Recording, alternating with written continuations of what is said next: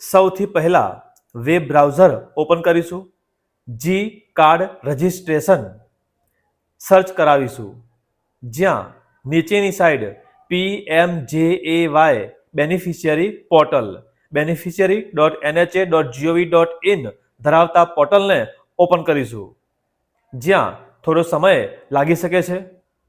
આ પ્રકારની સ્ક્રીન જોવા મળશે, જ્યાં બેનિફિશિયરી મોબાઈલ નંબર આપીશું, સાથે જ કેપ્ચા કોડ વેરીફાય, જેથી મોબાઈલ નંબર ઉપર ઓટીપી મળશે.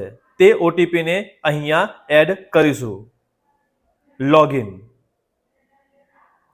ત્યાર પછી આ પ્રકારની સ્ક્રીનમાં સ્કીમ PMJAY, ત્યાર પછી સ્ટેટ, જ્યાં સિલેક્ટ કરીશું ગુજરાત. ત્યાર પછી સબ સ્કીમ, જ્યાં આઈટીઆઈના એમ્પ્લોયી માટે રેગ્યુલર એમ્પ્લોયી ઓપ્શનને સિલેક્ટ કરીશું.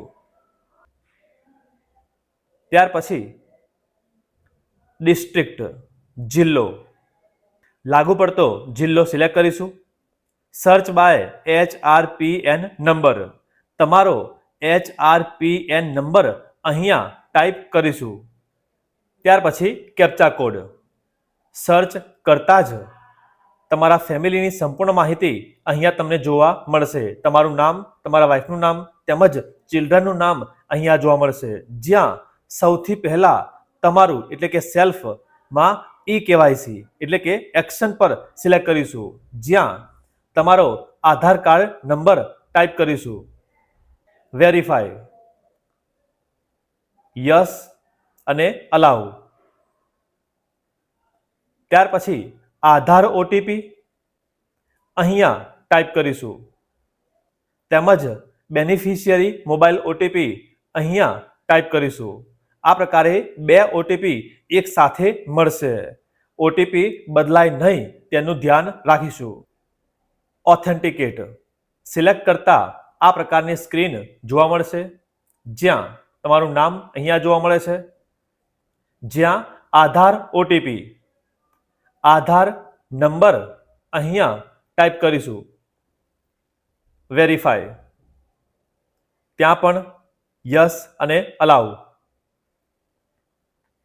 અહીંયા પણ 2 ઓટીપી મળશે, એક આધાર ઓટીપી અને બીજું બેનિફિશિયરી મોબાઈલ ઓટીપી. તે બંનેને ટાઈપ કરીશું.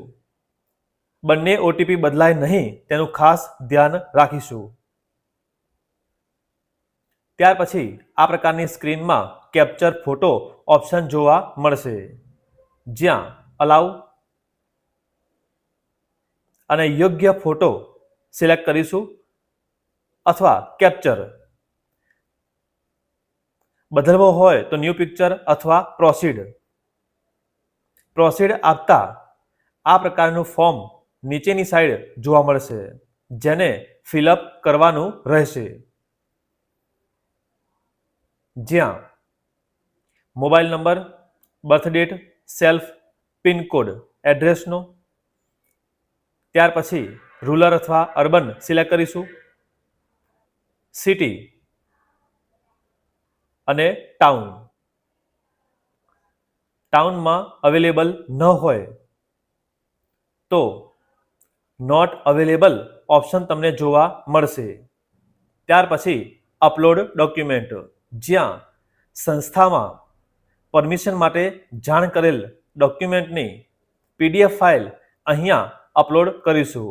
તે માટે વોટ્સઅપનો ઉપયોગ કરીને તે ડોક્યુમેન્ટની PDFને PCમાં લઈ શકાય છે અને તે ડોક્યુમેન્ટને અહીંયા અપલોડ કરાવીશું. જી કાર્ડ પરમિશન, નામ કંઈ પણ આપી શકાય છે. મોબાઈલ નંબરમાં વેરીફાઈ, જેથી તેનો ઓટીપી મળશે. તે ઓટીપીને ત્યાં બાજુમાં જ એન્ટર કરાવીશું, જેથી સબમિટ બટન અનેબલ જોવા મળશે અને આપીશું સબમિટ, જેથી પ્રોસેસ પછી આ પ્રકારે મેસેજ જોવા મળશે. ઓકે. આ પ્રકારે તમામ ફેમિલી મેમ્બરની પ્રોસેસ પૂર્ણ કરીશું, જેથી તમે દરેકના જી કાર્ડ ડાઉનલોડ કરી શકશો. જરૂર ન હોય ત્યારે આપીશું લોગ આઉટ.